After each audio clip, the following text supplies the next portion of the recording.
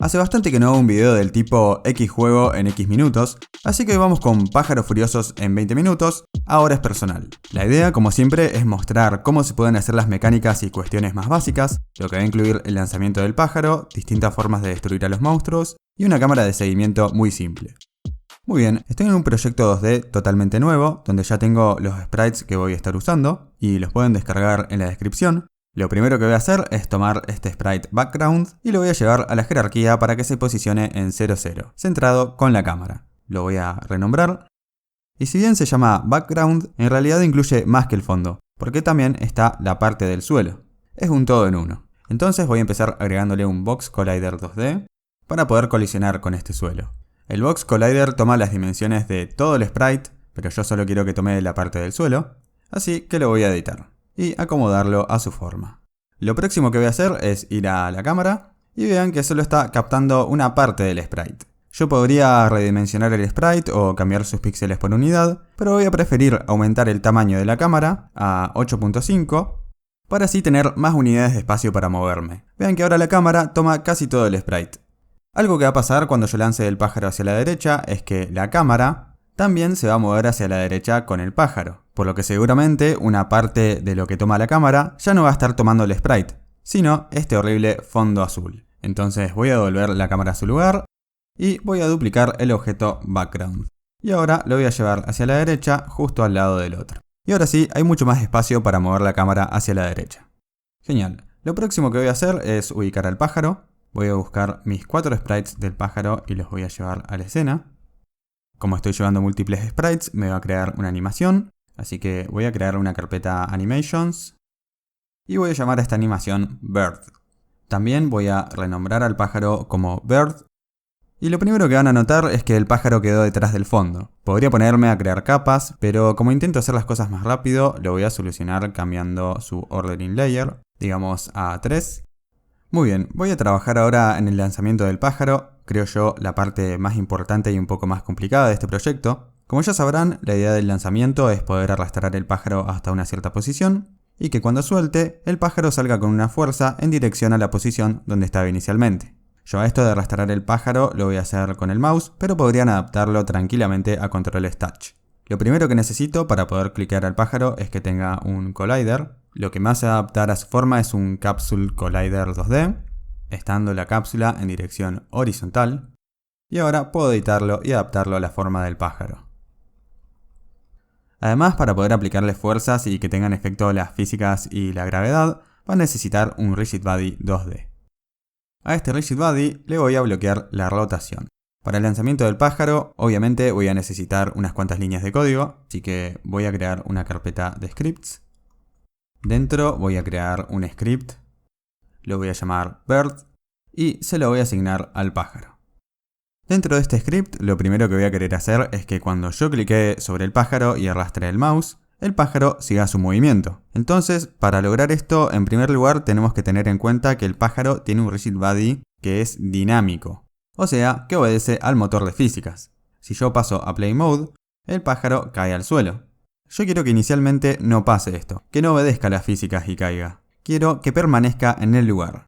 Entonces, inicialmente el Rigid Body tiene que ser kinemático. Para esto voy a crear una referencia al Rigid Body.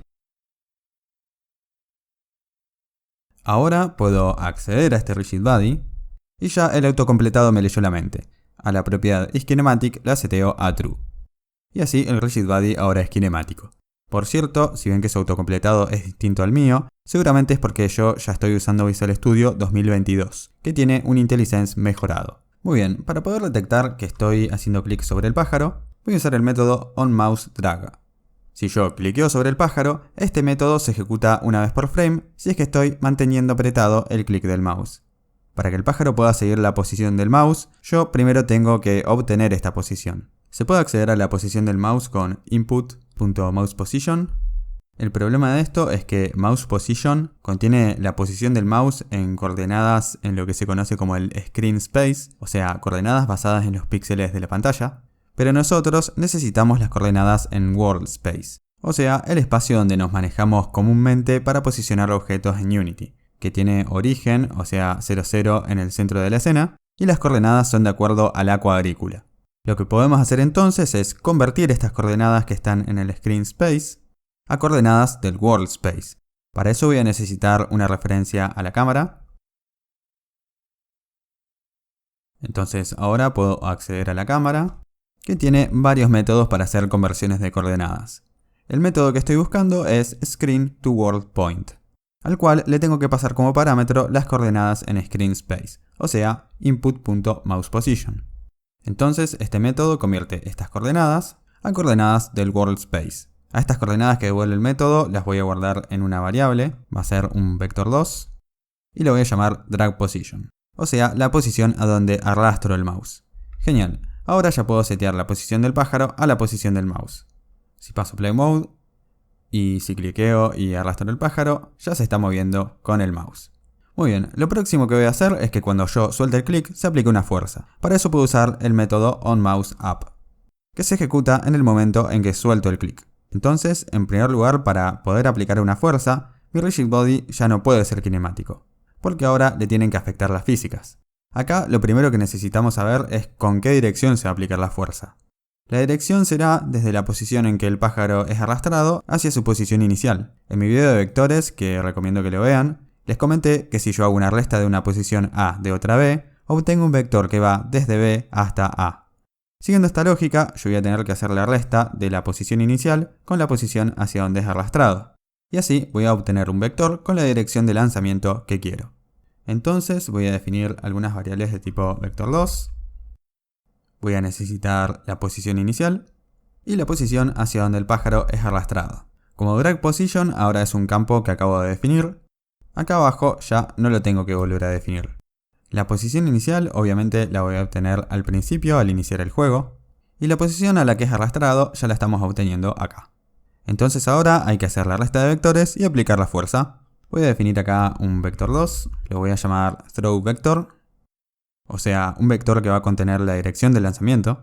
Y para obtener este vector ya les comenté que a la posición inicial le tengo que restar la posición final. Ahora solo queda aplicar la fuerza. Accedo al Rigid Body, al método addForce, al cual le puedo pasar como parámetro el vector hacia donde quiero que se aplique la fuerza.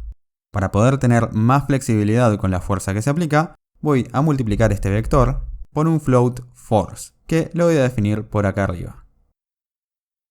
También lo voy a hacer seteable desde el inspector con SerializeField. Voy a darle, por ejemplo, un valor de 350. Ahora, si paso Play Mode, cliqueo y arrastro el pájaro, y cuando suelto, sale volando en dirección a la posición inicial. Genial. Como está esto ahora, yo podría clicar en el pájaro y llevarlo donde quiera, incluso hasta donde puedan estar los enemigos, pudiendo tocarlos y eliminarlos.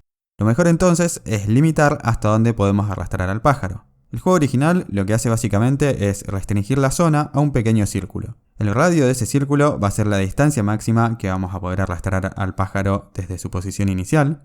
Digamos por ejemplo que yo arrastré el puntero del mouse hacia una zona fuera del círculo. El pájaro en ese caso se tiene que posicionar justo en el límite, en la circunferencia. ¿Y cómo voy a calcular dónde tiene que estar el pájaro en esos casos? Bueno, se puede lograr haciendo algunas operaciones con vectores. Tendrá que ser la posición inicial del pájaro más un vector que apunta hacia el puntero del mouse desde esa posición inicial, y con magnitud o longitud igual al radio de la circunferencia, o sea, la distancia máxima que puede moverse el pájaro.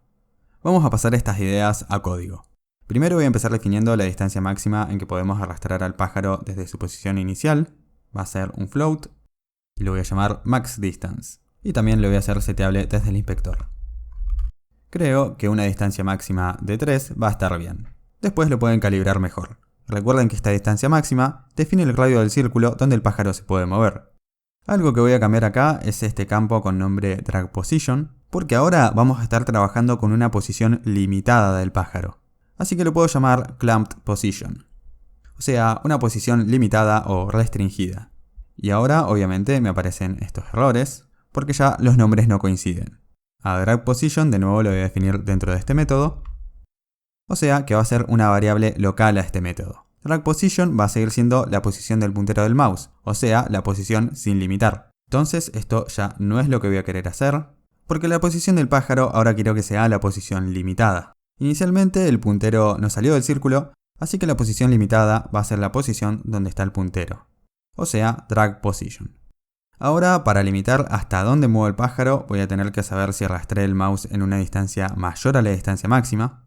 Para conocer esta distancia de arrastre, voy a optar por lo más simple, de vector 2. Voy a usar el método distance, que calcula la distancia entre dos posiciones. Quiero calcular la distancia entre la posición inicial y la posición donde está el puntero. A esta distancia que devuelve este método la voy a asignar en una variable, que va a ser float, y le voy a llamar drag distance.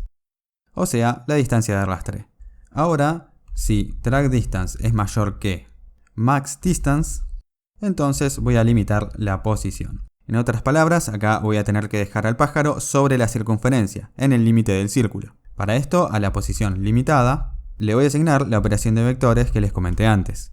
Era la posición inicial más un vector que apunte hacia donde está el puntero. Si yo resto la posición del puntero de la posición inicial, entonces obtengo un vector que va desde la posición inicial a la posición del puntero. Esto, de nuevo, lo cuento más en detalle en mi video de vectores. Yo ahora lo que puedo hacer es normalizar este vector, de modo que quede de magnitud 1, pero que siga apuntando hacia el puntero, y multiplicarlo por la distancia máxima. De esta forma, toda esta operación resulta en un vector que queda justo sobre la circunferencia, o sea, el límite del círculo, y ahí es donde voy a posicionar al pájaro. Entonces ahora que ya calculé la posición limitada, a la posición del pájaro le voy a asignar esa posición limitada. Acá en el lanzamiento, ahora también voy a estar trabajando con la posición limitada, para que así la fuerza de lanzamiento también sea limitada. Ven que si ahora arrastro el pájaro fuera de los límites del círculo, este se va manteniendo dentro de sus límites. Se mueve en una circunferencia. Otra cosa que para mí no tiene mucho sentido es que se pueda arrojar el pájaro hacia la izquierda cuando lo arrastramos a la derecha. Yo entonces puedo impedir el arrastre hacia la derecha. Esto en realidad el juego original no lo hace, pero para mí es algo que tiene sentido hacer y es bastante fácil. Simplemente, si la posición del mouse en X es mayor que la posición inicial en X, quiere decir que estoy arrastrando a la derecha. Entonces, en este caso, a la posición limitada en X, le voy a asignar la posición inicial en X. Y vean que ahora ya no puedo moverlo a la derecha. Genial, para que esto quede un poco más claro, voy a tomar todo este código, voy a hacer clic derecho, acciones rápidas y refactorizaciones, y lo voy a llevar a su propio método con extraer método. A este método le voy a llamar setPosition. También voy a hacer lo mismo con este código. Clic derecho, acciones rápidas y refactorizaciones, extraer método, y le voy a llamar throw, o sea, lanzar el pájaro. Muy bien, lo último que quiero hacer con el pájaro es hacerlo reaparecer una vez que pasó un cierto tiempo desde que lo lancé. En el juego real esto es distinto, pero por simplicidad voy a hacerlo así. Voy a definir un método que le voy a llamar reset, donde primero que nada voy a setear la posición del pájaro a la posición inicial, y voy a hacer que el rigid body vuelva a ser kinemático, para que así cuando el pájaro reaparezca no caiga al suelo. Después, en el momento en que lancé el pájaro, voy a empezar a contabilizar tiempo para ejecutar el método reset. Entonces, usando invoke, voy a ejecutar reset en, digamos, 5 segundos. A este 5 voy a pasarle una variable para no hardcodear. A este reseteo en 5 segundos podría hacerlo con una coroutine, pero por cuestiones de tiempo lo voy a dejar en invoke. Como pasados los 5 segundos el pájaro quizás pueda seguir moviéndose, también en reset voy a setear una velocidad inicial de 0. Ahora cuando lanzo el pájaro, van a pasar 5 segundos y vuelve a aparecer en la posición inicial, pudiendo arrastrarlo otra vez. Genial, pasemos ahora a los enemigos. Voy a tomar los sprites del enemigo y los voy a llevar a la escena. Como son dos sprites, puedo hacer una animación, le voy a llamar monster. También voy a renombrar el objeto a monster. Y para que no me quede por detrás del fondo, voy a cambiar su ordering layer a 2.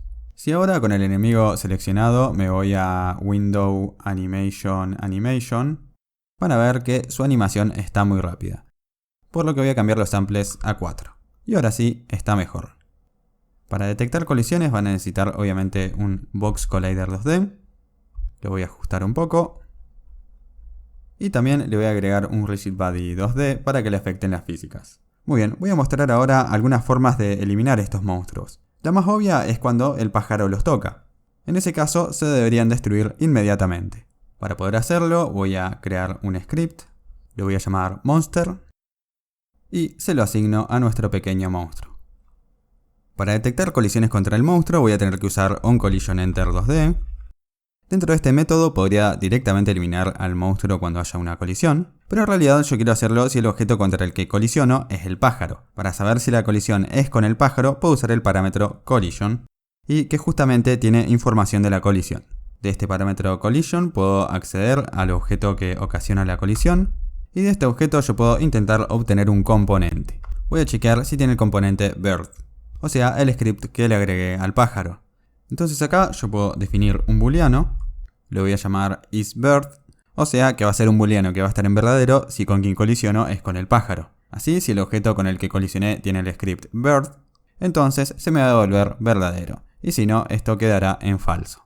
Entonces ahora, con un condicional, si isBird está en verdadero, entonces voy a destruir al monstruo. Probemos. Lanzo el pájaro y elimino al monstruo. Pasemos a otra forma de eliminar enemigos. Otra de las más comunes es por aplastamiento, que algo les caiga encima. Voy a volver a mis sprites y voy a llevar esta caja a la escena. Voy a darle un ordering layer de 1. Al igual que los otros objetos va a necesitar un box collider. Voy a ajustarle un poco. Y también va a necesitar un rigid body. Ahora voy a ir duplicando estas cajas y las voy a ir apilando. También voy a duplicar algunos monstruos. Estos dos van a quedar acá atrás de las cajas para ver si los puedo aplastar. Y voy a dejar uno por delante. La forma en que puedo chequear si a un monstruo le cae una caja encima es chequeando el vector normal a la superficie de la caja en el momento de la colisión. O sea, si la caja cae sobre el enemigo, en el punto de colisión, el vector normal a su superficie será hacia abajo. Si la colisión es puramente vertical, la componente en y del vector normal será -1. Y si la caída de la caja no es totalmente vertical, será un valor negativo un poco más cercano a 0. Si fuera por ejemplo que la caja choca al enemigo desde abajo, el vector normal tendrá componente en y positiva. Pero esto sería muy raro que pase. Entonces, volviendo al script, la información de la normal puedo obtenerla del parámetro collision. Para eso accedo a contacts, que es básicamente un array con información de los puntos de contacto de la colisión. De este array nos interesa el primer elemento, porque casi siempre hay un único contacto. Y de este elemento del array puedo obtener su vector normal, específicamente su componente y, que es lo que nos interesa. Acá por ejemplo yo podría chequear si esta componente en y es menor que -0.5. En ese caso el impacto será lo suficientemente vertical y vamos a decir que se va a estar aplastando al monstruo. Entonces a esto yo lo puedo asignar en un booleano. Y si el booleano queda en verdadero, estamos diciendo que el monstruo está siendo aplastado. Entonces acá puedo hacer un simple condicional tal cual al anterior. A este valor umbral de muerte por aplastamiento, también podría pasarlo a su propia variable para no hardcodear. Ahora voy a intentar aplastar a mis enemigos y si les cae algo en la cabeza, mueren. Genial. Acá de nuevo, como algo opcional, puedo refactorizar esto pasándolo a su propio método.